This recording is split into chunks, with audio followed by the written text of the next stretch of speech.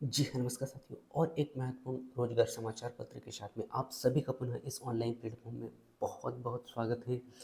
और इस वीडियो के माध्यम से अक्टूबर माह के कुछ महत्वपूर्ण रोजगार समाचार पत्र पर हम यहाँ पे नज़र डालने वाले साथियों। इस समाचार पत्र में आपको अक्टूबर माह में जो भर्ती होने वाली है या जो फॉर्म अप्लाई होने वाले हैं, उन पे हम नज़र डालने वाले हैं कि कौन सा वैकेंसी आपको देखने को मिल सकता है। ठीक है।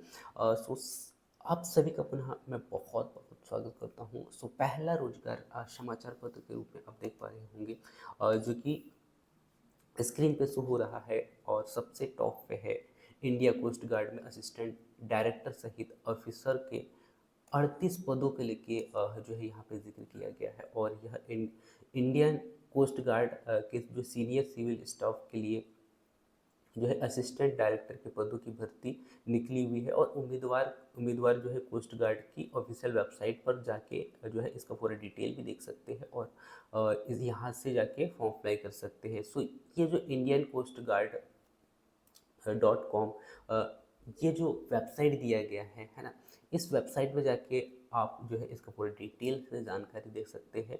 इसके बाद में जो है सबके मन में ये सवाल उठता है कि शैक्षणिक योग्यता क्या होगा, है ना। तो शैक्षणिक योग्यता जो इन्होंने यहाँ पे दिया है साथियों, मान्यता प्राप्त यूनिवर्सिटी से डिग्री मटेरियल मैनेजमेंट से आपके पास में क्या होना चाहिए, डिप्लोमा होना चाहिए। उस कंडीशन में आप इसके लिए एलिजिबल होंगे। ठीक है। इसके बाद में जो नेक्स्ट अगला इन्होंने कहा है, स्टोर एडमिनिस्ट्रेशन में 5 साल का आपके पास में क्या होना चाहिए, अनुभव होना चाहिए। तो यहाँ पे जो इंडियन कोस्ट गार्ड में असिस्टेंट डायरेक्टर के लिए दो शर्तें रखा गया है। पहला, आपके पास में मान्यता प्राप्त यूनिवर्सिटी से डिग्री होना चाहिए। और सेकंड इन्होंने मांगा है कि मटेरियल मैनेजमेंट में डिप्लोमा आपके पास में होना चाहिए। साथ ही साथ स्टोर एडमिनिस्ट्रेशन में 5 साल का आपके पास में अनुभव होना चाहिए। और आपका जो एज होना चाहिए वो होना चाहिए 50 वर्ष। ठीक है।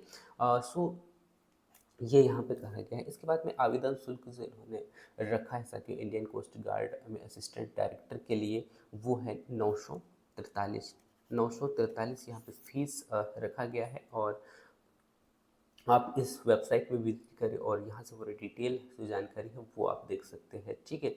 और ये यही यहाँ पे कहा गया है। ठीक है। नेक्स्ट अगला जो भर्ती हमें यहाँ पे नज़र आ रहा है, वो है साथियों सरकारी नौकरी। यूपी में आंगनवाड़ी कार्यकर्ताओं के 1843 पदों पर वैकेंसी को लेके यहाँ पे जिक्र किया गया है।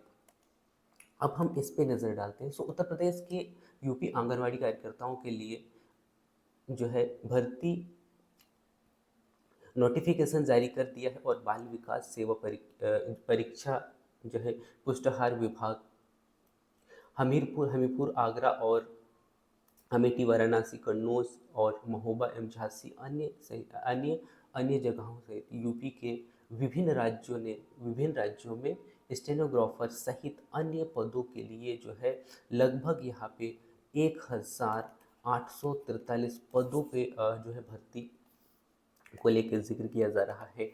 ये आप देख पा रहे होंगे, है ना। ऐसे जितने भी साथी हैं जो यूपी से आते हैं या यूपी के जो छात्र हैं, जो आंगनवाड़ी कार्यकर्ता के लिए फॉर्म अप्लाई करना चाहते हैं, उनके लिए यहाँ पे जो है काफ़ी अच्छा सुनहरा मौका जो है वो देखने को मिल सकता है। इसके बाद में यहाँ पे जो इसका शैक्षणिक योग्यता पे हम नज़र डालते हैं साथियों, शैक्षणिक योग्यता जो आंगनवाड़ी कार्यकर्ताओं के लिए रखा गया है वो है 12वीं पास। आपको मान्यता प्राप्त संस्था से क्या होना चाहिए, 12वीं पास आपके पास में होना चाहिए। और ग्राम पंचायत और साथ ही साथ ग्रामीण क्षेत्र और वार्ड से उम्मीदवार इन पद पर आवेदन करने के पात्र है। ठीक है।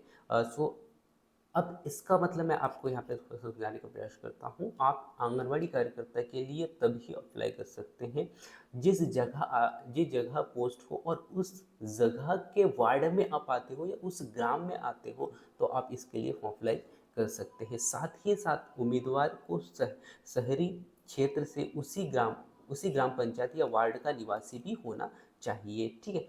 तो ये आपको याद रखना है। पहला इन्होंने क्या कहा है कि आपके पास में 12th पास का मार्कशीट होना चाहिए।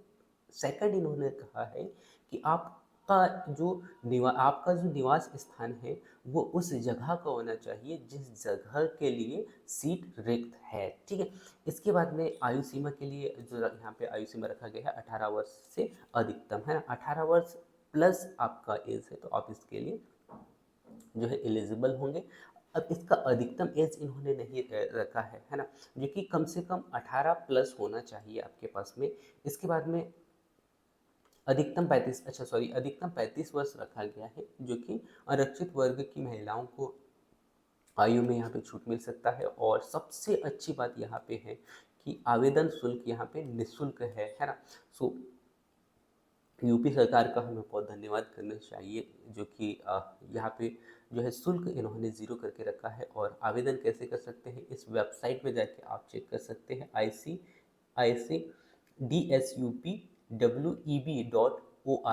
ये वेबसाइट को आप याद रखेंगे और इस वेबसाइट पे जाके इसका पूरा जो प्रक्रिया है वो चेक कर सकते हैं। और मेरिट के आधार पर आपका सिलेक्शन यहाँ पे होने वाला है, ठीक है। ये हो गया सेकंड भर्ती। इसके बाद में मैं लेके चलता हूँ साथियों आपको थर्ड भर्ती की ओर। और वो थर्ड भर्ती आप यहाँ पे देख पा रहे होंगे, जो कि आपको दिखाई दे रहा है।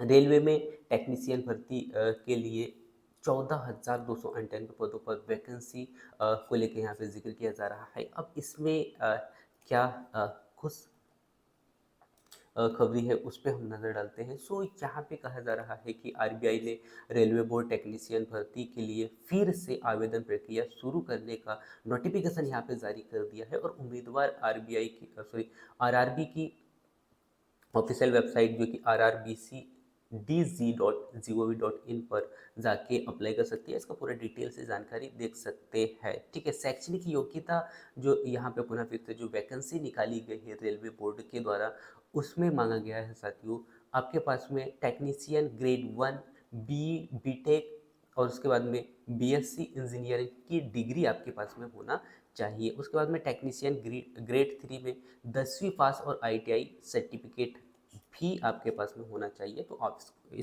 इसके लिए आप जो है एलिजिबल होंगे, ठीक है। इसके बाद में आवेदन कैसे करें, जो कि मैंने वेबसाइट बताया है, indianrailways.gov.in पर जाके आपको जो है फॉर्म अप्लाई करना होगा। इसके बाद में इन्होंने जो शुल्क यहाँ पे रखा है रेलवे विभाग के द्वारा, वो रखा है साथियों पर कैंडिडेट 500, यानी कि 500 रुपये फीस यहाँ पे रखा है। और इसमें 400 सीबीटी टेस्ट के बाद वापस कर दिया जाएगा। तो रेलवे विभाग का एक बहुत ही फीस लेने का एक हम कह सकते हैं रूल है साथियों, कि आपको जब फॉर्म अप्लाई करते समय फीस यहाँ पे सबमिट करना होता है, लेकिन वह फीस जो है जब आप एग्ज़ाम देते हो और एग्ज़ाम देने के बाद में वो फीस कैसे हो जाता है, रिटर्न हो जाता है, ठीक है। तो रेलवे विभाग के द्वारा और एक बहुत ही ज़बरदस्त नया नोटिफिकेशन यहाँ पे देखने को मिल रहा है, ठीक है। लेकिन ये है टेक्नीशियन भर्ती को लेके जो है नया नोटिफिकेशन यहाँ पे जारी किया गया है। इसके बाद में कुछ दिनों पहले आपको पता है कि एनटीपीसी का एक बहुत ही ज़बरदस्त नोटिफिकेशन वो हमें देखने को मिला था। उसको मैं थोड़ा सा यहाँ पे हाईलाइट करके दिखाता हूँ। सो ये नोटिफिकेशन था साथियों, और इस नोटिफिकेशन में क्या ऐसा है उस पर हम नज़र डालते हैं। सो एनटीपीसी में अंडर ग्रेजुएशन लेवल की भर्ती को लेके जो है 21 सितंबर से शुरू हो चुका है, ये आप सभी को पता है। और उम्मीदवार ऑनलाइन के माध्यम से जो है ऑफिशियल वेबसाइट में विजिट करके, जो कि www.rrbaply.gov.in पर जाके अप्लाई कर सकते हैं, ठीक है। और इसमें जो शैक्षणिक योग्यता रखा गया है वो रखा गया है 12वीं पास प्लस आपके पास में हिंदी और अंग्रेजी का टाइपिंग नॉलेज होना चाहिए, ठीक है। तो ये यदि आपके पास में नॉलेज है प्लस आप 12th पास हो तो इसके लिए एलिजिबल होंगे। और आरआरबी के द्वारा इस बार पोस्ट काफ़ी अच्छे यहाँ पे निकाले गए हैं, जो कि अंडर ग्रेजुएशन यानी कि 12th पास से, ठीक है। और इसमें आयु सीमा रखा गया साथियों 18 वर्ष से अधिकतम 33 वर्ष तक। और कुछ उम्मीदवारों को आयु में जो है नियमानुसार छूट भी दिया जाएगा, ठीक है। यदि आपका एज जो है 33 यानी कि 33 से भी प्लस है तो आपको यहाँ पे कैटेगरी वाइज, आप सभी को पता है कि कैटेगरी वाइज जो है एज में छूट मिलता है। सो उसमें छूट मिलने के चांसेस है। उसके बाद में आयु की गिनती जो है 1 जनवरी से किया जाएगा। तो आपका जो आयु जो काउंट होगा वो 1 जनवरी के अनुसार ही होगा, ठीक है। उसके बाद में आवेदन शुल्क यहाँ पे लिया गया है जनरल जनरल और जो ओबीसी कैटेगरी के जो स्टूडेंट होंगे उनके लिए 500 रुपये फीस यहाँ पे आरआरबी के द्वारा लिया जा रहा है। उसके बाद में एससी एसटी के लिए यहाँ पे फीस में कमी किया गया है, जो कि 250 रुपये यानी कि 250 रुपये फीस यहाँ पे मिलने वाला है। अब यहाँ पे भी यही प्रोसेस है साथियों, जब आप फॉर्म अप्लाई करोगे, फॉर्म अप्लाई करते समय ये फीस तो आपको सबमिट करना होगा, लेकिन सबमिट करने के पश्चात जब आप एग्ज़ाम देते हो उसके बाद में ये जो फीस है वो आपको रिटर्न मिल जाता है। एग्ज़ाम के बाद में जनरल, ओबीसी या फिर ईडब्ल्यू वर्ग को 400 और एससी एसटी या पीएच महिलाएं उम्मीदवार को पूरा फीस रिफंड हो जाएगा। ये एक रेलवे विभाग का एक बहुत अच्छा स्कीम जो है हमें यहाँ पे देखने को मिलता है। इसके बाद में नेक्स्ट अगला आवेदन कैसे करें, तो ये आप www.rrb.apply.gov.in पर जाके आप अप्लाई कर सकते हैं। और जूनियर इंजीनियर भर्ती 2024 के लिए आवेदन जो ऑनलाइन आवेदन भी यहाँ पे शुरू हो चुके हैं। इसका लिंक भी आपको देखने को मिलेगा। और ऑनलाइन ऑनलाइन जो है ऑनलाइन अप्लाई के विकल्प पर क्लिक करके आपको आवेदन फॉर्म में मांगी गई सभी जानकारी दर्ज करना है और ज़रूरी जानकारी जो है अपलोड करना है। जानकारी में आपको डॉक्यूमेंट्स अपलोड करना है और फीस का भुगतान करके फार्म को क्या करना है, सबमिट करना है। ठीक है, इसके बाद में इसका प्रिंट आपको रख लेना है।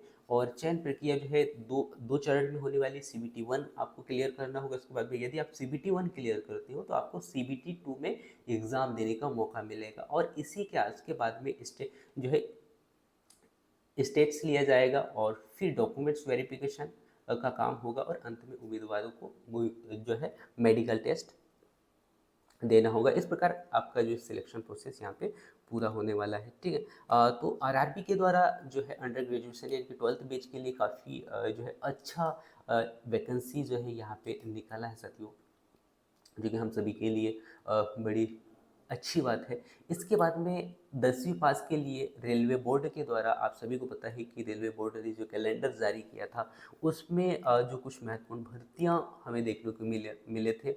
और उन भर्तियों में जो सबसे ज़्यादा भर्ती के रूप में हमें देखने को मिला था कुछ साल पहले, यानी कि जब भी आरआरबी वैकेंसी जारी करता है तो काफ़ी अच्छे पदों के साथ हमें इनके जो है रिक्त पद देखने को मिलते हैं। सो इसी प्रकार यहाँ पे 10वीं पास के लिए भी रेलवे में ग्रुप सी और ग्रुप डी के जो है पदों को लेके इस बार इन्होंने 8 पदों पर वैकेंसी निकाला है, जो कि हम सभी के लिए हो सकता है कि काफ़ी समस्या यहाँ पे हो सकती है। ठीक है, सो रेलवे भर्ती सेल ने जो है ग्रुप सी और ग्रुप डी के 8 पदों पर निकाली है भर्ती। और इसमें जो क्वालिफिकेशन इन्होंने रखा है साथी वो रखा है 10th पास। ठीक है, तो शैक्षणिक योग्यता आपके पास में 10th पास होना चाहिए, प्लस आपके पास में आईटीआई का सर्टिफिकेट होना चाहिए, तो आप इसके लिए फॉर्म अप्लाई कर सकते हैं।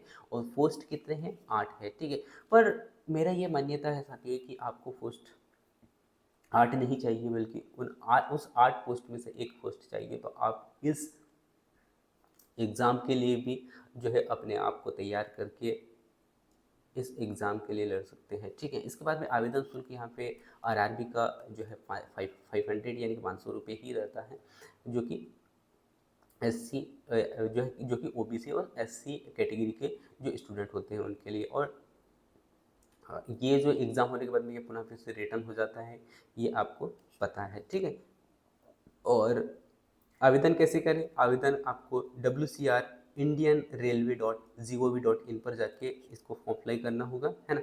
और इसका पूरा सबसे पहले पूरा इसका जानकारी देखिएगा। इसके बाद में चयन प्रक्रिया में क्या कहा गया है इनके द्वारा कि सबसे पहले तो आपका लिखित परीक्षा, डॉक्यूमेंट्स वेरिफिकेशन, पहले लिखित परीक्षा होगा, उसके बाद में डॉक्यूमेंट्स वेरिफिकेशन होंगे, उसके बाद में आधार कार्ड जो है आपका 10वीं मार्कशीट के आधार पर होना चाहिए। और 12th की जो मार्कशीट है ग्रेजुएशन की मार्कशीट के आधार पर होना चाहिए। और पद के अनुसार जो है जरूरी डिग्री, डिप्लोमा, जाति प्रमाण पत्र, पासपोर्ट साइज फोटो आपको यहाँ पे सबमिट करना होगा। ठीक है, तो ये कुछ महत्वपूर्ण पॉइंट थे जो कि आपको यहाँ पे याद रखना है। इसके बाद में हम कदम बढ़ाते हैं नेक्स्ट अगली भर्ती पे।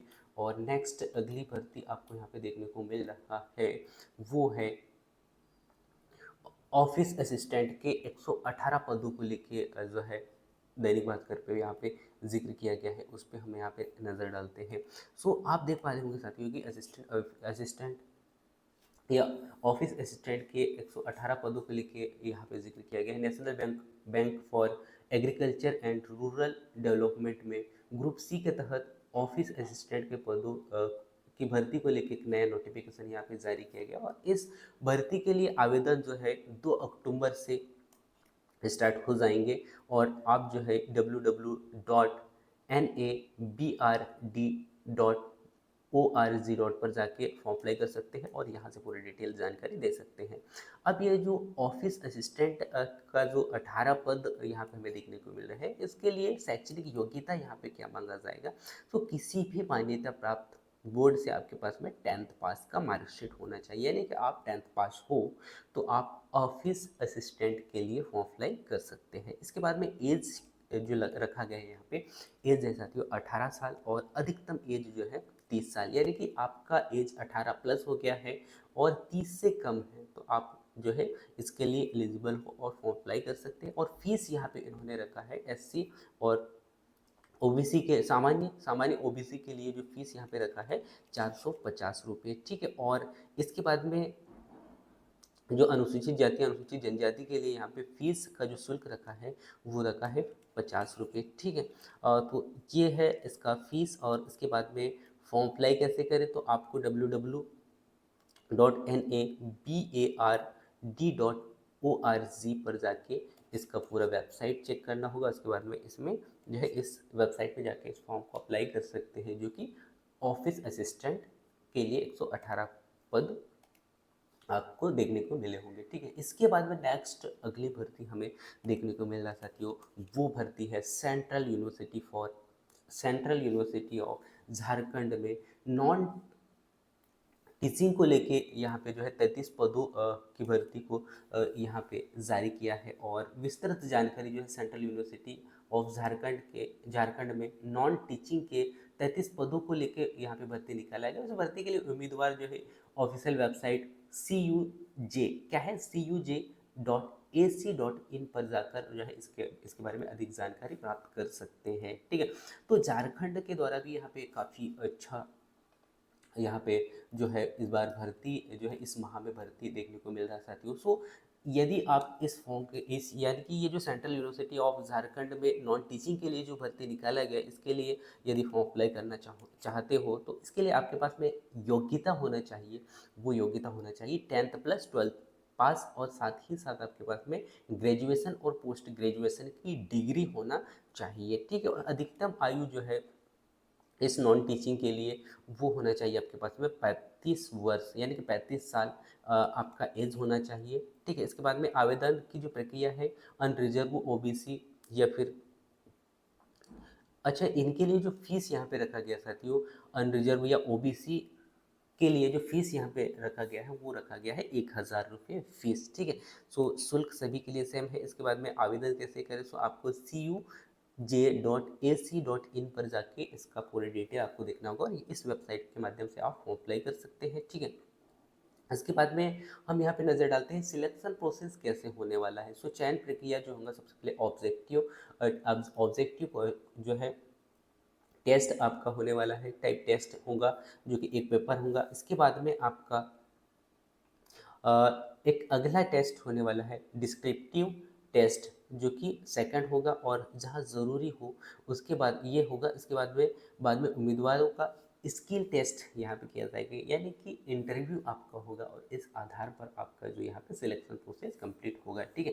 तो ये भर्ती जो है झारखंड सरकार के द्वारा यहाँ पे निकाला गया है। नेक्स्ट अगला जो है भर्ती आपको देखने को मिल रहा था तो इलाहाबाद हाई कोर्ट में स्टेनोग्राफर सहित 336 पदों को लेके एक बहाली होगी, जो कि ये भी काफ़ी अच्छे पदों को लेके यहाँ पे एक समाचार पत्र में जो है नज़र डाला गया है। सो यहाँ पे आप देख पा रहे होंगे शैक्षणिक योग्यता, यदि आप इलाहाबाद हाई कोर्ट में स्टेनोग्राफर सहित 300 पदों के लेके जो बहाली हो रही है इसमें यदि आप भाग लेना चाहते हो तो इसके लिए आपके पास में योग्यता होना चाहिए वो होना चाहिए स्टेनोग्राफर उम्मीदवारों को ग्रेजुएट होना चाहिए। साथ ही साथ नाइलिट में आपके पास में क्या होना चाहिए, नाइलिट में जैसे कि डोएक सोसाइटी द्वारा निर्गत सीसी सर्टिफिकेट और साथ ही साथ 25 से 30 शब्द प्रति मिनट की स्पीड से हिंदी और अंग्रेजी कंप्यूटर टाइपिंग आपके पास में होना चाहिए। ठीक है, तो ये जो योग्यता मांगा गया है इसमें वो आपको यहाँ पे ध्यान रखना है। और यदि ये डिग्री या डिप्लोमा आपके पास में है तो आप इसके लिए एलिजिबल होंगे। क्लर्क के लिए इन्होंने रखा है साथियों, इंटरमीडिएट के साथ में आपके पास में सीसी सर्टिफिकेट कोर्सेज और 25 से 30 शब्द प्रति मिनट आपके पास में हिंदी और अंग्रेजी टाइपिंग टेस्ट होना चाहिए। इसके बाद में इन्होंने जो ड्राइवर के लिए पोस्ट निकाला है वो 10वीं पास होना चाहिए और साथ ही साथ वाहन चलाने का वैलिड ड्राइविंग लाइसेंस आपके पास में होना चाहिए, तो आप इस फॉर्म के लिए एलिजिबल होंगे। अच्छा, इसके लिए इन्होंने जो एज रखा है साथियों इलाहाबाद हाई कोर्ट के लिए, वो एज है 18 से 40 वर्ष तक। और जो आरक्षित वर्ग है उन उम्मीदवारों को नियम के आधार पर आरक्षण मिलता ही है, कि आप सभी को पता है। तो झारखंड से जो भी आते हैं और झारखंड हाई कोर्ट के स्टेनोग्राफर के लिए फॉर्म अप्लाई करना चाहते हैं तो आप इस वेबसाइट पे जाएं झारखंड का, और ये आप देख पा रहे होंगे Allahabad high court dot in पर जाकर आप जो है इसके बारे में और भी जानकारी देख सकते हैं और इसके लिए फॉर्म अप्लाई कर सकते हैं। इसके बाद में नेक्स्ट अगली जो भर्ती आपको देखने को मिल रही साथियों, वो भर्ती है ईसीजीसी ने जो है पीओ के 40 पदों पर भर्ती को लेकर यहाँ पे जिक्र किया है। अब ये भर्ती क्या है साथियों, so export candidate guarantee corporation ने प्रोबेशनरी ऑफिसर के 40 पदों पर भर्ती निकाली है। और इस भर्ती के लिए जो है प्रीलिम्स एग्ज़ाम्स जो कि 23 अक्टूबर और मेंस का जो एग्ज़ाम है 16 नवंबर 2024 को आयोजित की जाएगी, ये यहाँ पे कहा गया है। इसमें शैक्षणिक योग्यता जो मांगा गया है वो मांगा गया था किसी मान्यता प्राप्त विश्वविद्यालय से आपके पास में किसी भी सब्जेक्ट पे ग्रेजुएशन होना चाहिए, वो चाहे आपका बीए हो या बीएससी हो या बीकॉम हो, कोई भी सब्जेक्ट हो, लेकिन आपके पास में ग्रेजुएशन होना चाहिए था। इसके बाद में नेक्स्ट अगला जो आयु सीमा यहाँ पे रखा गया था वो रखा गया है 21 वर्ष, और अधिकतम जो है 30 वर्ष आपके पास में आपका एज होना चाहिए। और उम्मीदवार का जो जन्म है 2 अक्टूबर 1994 से पहले और 1 सितंबर 2023 के बाद में नहीं होना चाहिए, ये इन्होंने बहुत अच्छे से यहाँ पे क्लियर किया है। सो इस बातों का आप ध्यान रखेंगे कि आपका जो जन्म है 1 सितंबर 1994 से पहले और 1 सितंबर 2023 के बाद में नहीं होना चाहिए। ठीक है, ये आप याद रखेंगे। इसके बाद में आवेदन शुल्क यहाँ पे रखा गया साथियों, वो है 900 रुपये जो फीस आपसे यहाँ पे लिया जाएगा ईसीजीसी के लिए। ठीक है, इसके बाद में अनुसूचित जनजाति के लिए जो फीस यहाँ पे रखा गया है वो रखा गया है 175 रुपये फीस। और आवेदन कैसे करना है, आपको इस वेबसाइट पे जाना है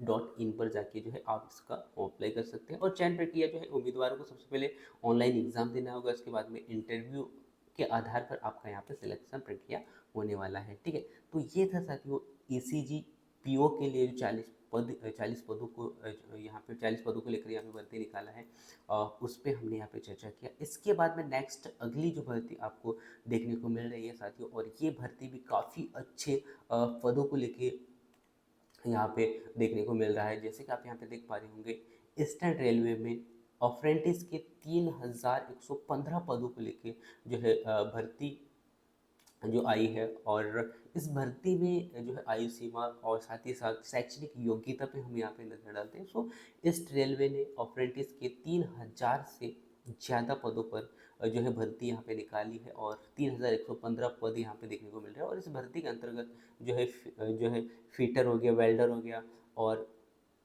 कारपेंटर, इसके बाद में टर्नर हो गया, इलेक्ट्रीशियन, वायरमैन और मशीनरी समेत विभिन्न ट्रेड में भर्तियां यहाँ पे किया जा रहा है। सो शैक्षणिक योग्यता इसके लिए है साथियों, मान्यता प्राप्त बोर्ड से आपके पास में 50% अंकों के साथ में 10th पास होना चाहिए। इसके बाद में ITI का सर्टिफिकेट आपके पास में होना चाहिए।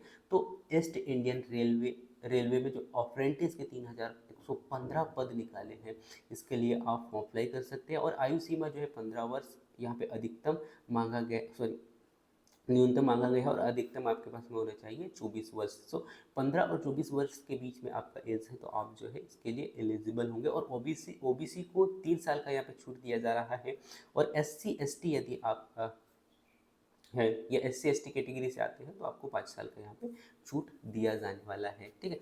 और इसके बाद में आवेदन कैसे करना है, सो आपको इस वेबसाइट पे जाना है RRCER.org, जो कि रेलवे विभाग का ऑफिशियल वेबसाइट है। इसमें जाके आप जो है फॉर्म अप्लाई कर सकते हैं। जूनियर इंजीनियर वर्ग 2024 के लिए जो है आवेदन भी यहाँ पे स्टार्ट हो चुके हैं और लिंक भी यहाँ पे, सॉरी, लिंक पर क्लिक करके भी आप जो है इस वेबसाइट पे जाकर अप्लाई कर सकते हैं, ठीक है।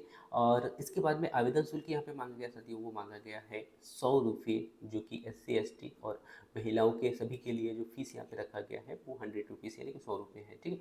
और इसके बाद में नेक्स्ट और अंतिम जो भर्ती है साथियों इस सप्ताह का, वो है उत्तराखंड में टेक्नीशियन प्लम्बर सहित 194 पदों पर यहाँ पे भर्ती निकाली है। और उत्तराखंड में जो है ट्रांसमेन टेक्नीशियन जो है प्लम्बर सहित 194 पदों को लेके भर्ती का यहाँ पे जिक्र किया गया है। और शैक्षणिक योग्यता जो यहाँ पे रखा गया साथियों पद के अनुसार 10वीं 12वीं और ITI डिप्लोमा होना चाहिए, है ना।